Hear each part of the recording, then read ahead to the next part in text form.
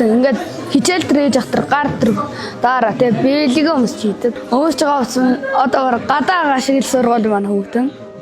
Тэгээд гадаа гарах тэр арай жаахан дулаад тэгэлдэг шүү дээ. Одоо бүр жинхэнэ нөгөө нэг яг гадна тал харагдаж байгаа хэсэг.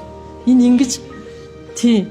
Энэ болохоор өмнө нь болохоор игэж харагдахгүй байгаа сая нөгөө өнгөрсөн өвлийн хүүтнэр яг ингэсэн байна. Манай сургуулийн бадминтон төрлөх хичээлдэг. Тэгээд бадминтон төрөл болохоор амар улс Аз төрөлхтөн ингээд медаль авч тоглодог. Дунд ахрын нэг юм яг ингээд яач. Бага ангийн хүүхдүүд бол бүр ингээд би өөрөө зогсчихсон гарын үзэл хараад. Тэгээд ч тэр бага ангийн хүүхдүүд ямар ажилладаг байгаа. Хүүхдийн анги амир хүүтнгээд ус бүгд хөлдөөд шал мал хөлдсөн тэгээд самраа арчуул гэтэрхүүдэд тусна бүгдээрээ хөлдсөн байдаг. Нэг өдөр ингээд зузаан мотоо ирсэн чинь байх амар дараа. Тэгээд дөрөв давхар өмд өмсчиж ирсэн. Ер нь бол манай амар хүүтэн байдаг. Тэгээд өглөө ирэхээр амар сийгдэг. Тэгээд татвараа насан цамц өмсдөг. Хоёр давхар. Гутал ер нь бол амар зузаан өмсөмсөл. Ер нь өглөөгөр хичээлээ хийж байгаа гар дараад ирээсөө.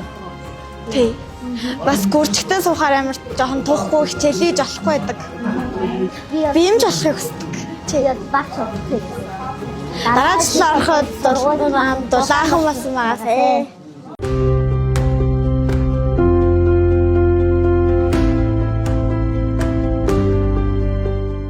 Би чинь бас ажлаа сая өнгөрсөн 100 авсан.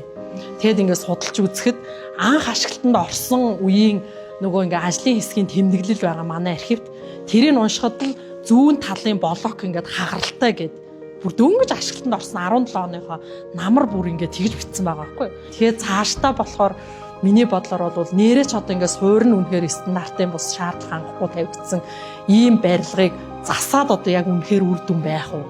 Одоо бидний ажиллаж байгаа ажлын хэсэг бол улсын их хурлын даргын 523 дугаар захирамжаар байгуулагдсан боловсрол шинжлэх ухааны ажлын хэсгийн гишүүнээр би ажиллаж байна.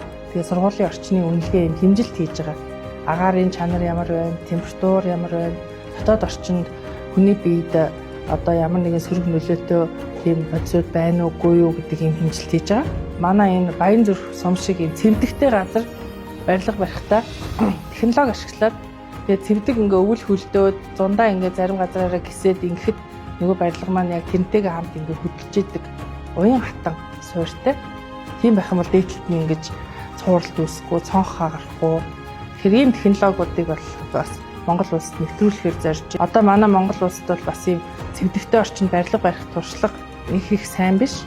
А гэхдээ бусад улс орнууд жишээлбэл одоо Норвеги, Финлянд, за одоо бид нар нэг жишээ харж байгаа нь бол Америкийн нэгдсэн улсын Аляскагийн мууж байдаг.